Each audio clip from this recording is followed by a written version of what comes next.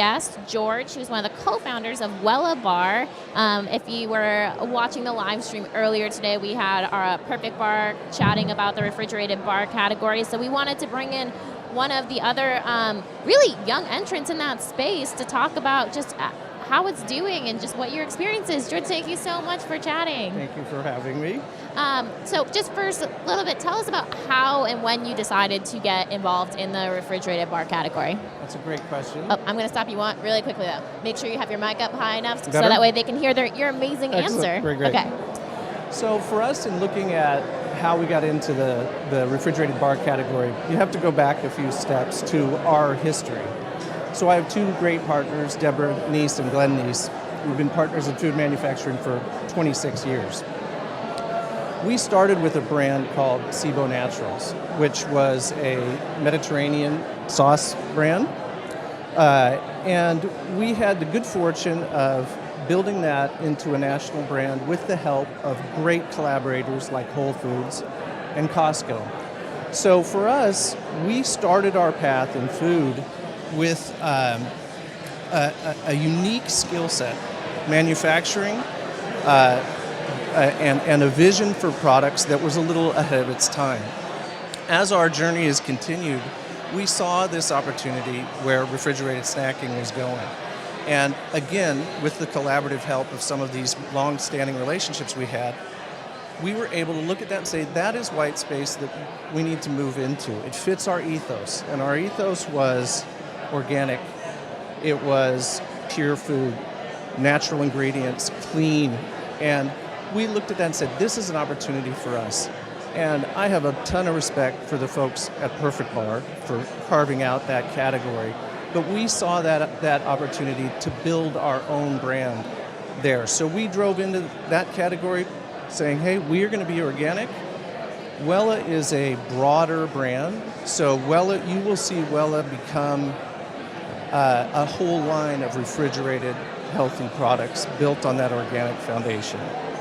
So you guys want a platform as well, and I think that's amazing. Do you think that you have to be able to, you can't just be a refrigerated bar right now? Is that something? Well, I think that is not what we're going to use to define us. That's definitely our jumping off point.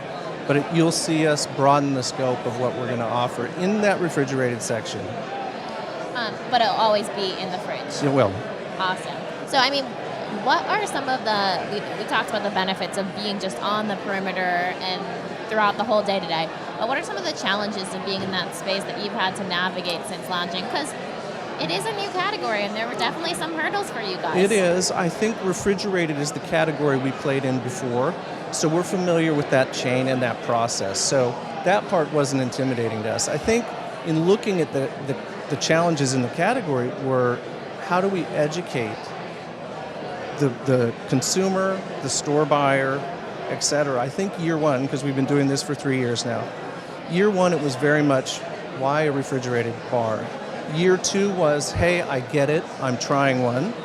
Year three is, I understand this category. And you're seeing that at the store level, and now you're seeing that at the consumer level as we're really starting to carve out that set.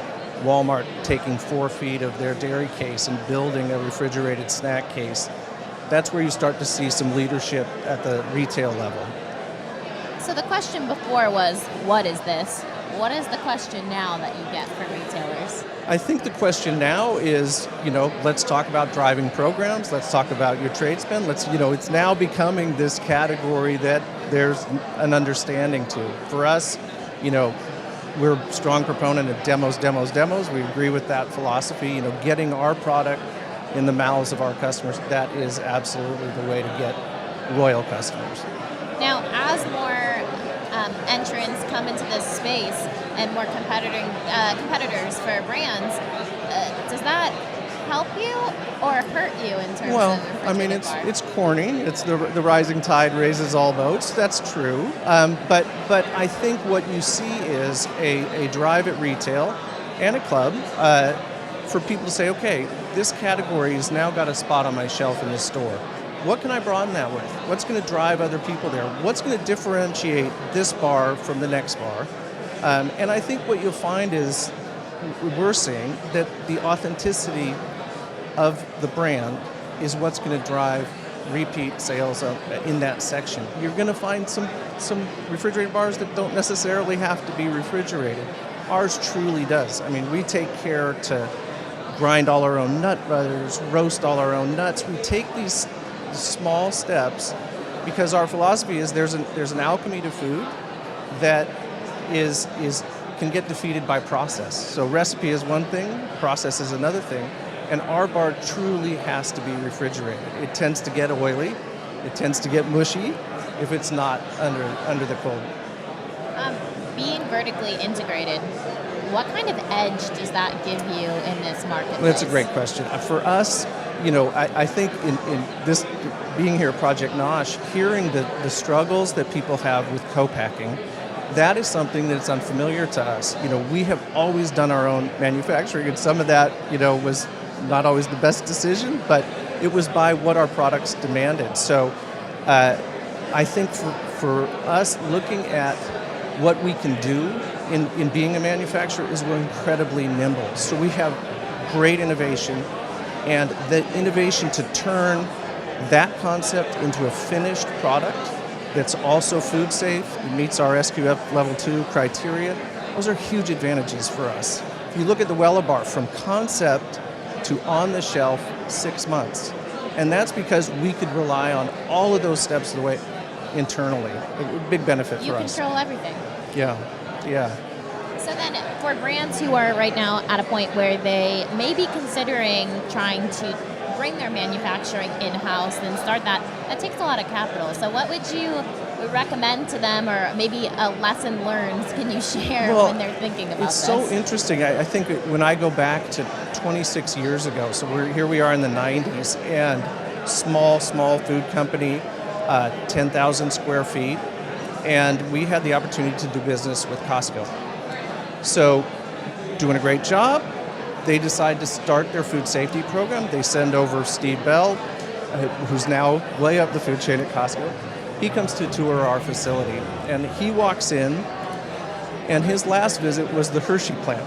So here's our tiny little place. Just a tad. Yes, difference. He's given me a 20-page food safety audit, which was pretty daunting, and he walks in and crosses the threshold of our building, says, "You failed."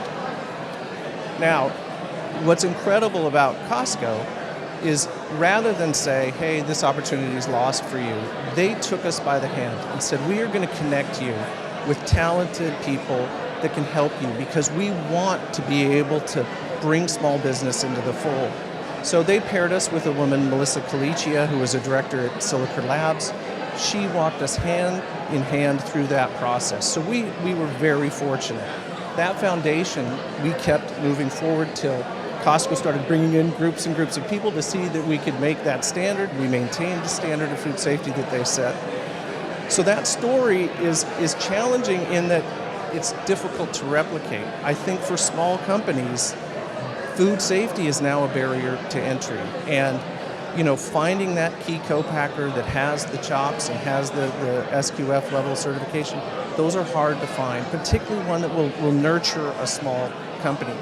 I would encourage anybody that has the guts to try manufacturing, give it a go, but it's got its hurdles. And there are ways to do it bootstrapped that we learned, but it's a big challenge for young brands right now.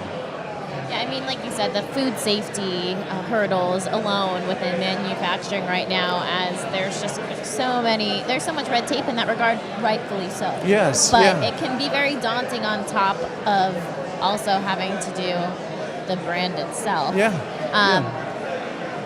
Kind of closing out, we're about to run out of time here, but do you have any other innovation or brand news or anything else you'd like to share? Well, other than that, you're going to see Wella broaden its scope. That's one of the benefits of us, trademarking Wella, is that we intend to broaden our offerings, and that is really in our wheelhouse. We have a strong innovation group. As I mentioned, we're nimble at manufacturing, so you're going to see some exciting stuff come from us. When should we be looking?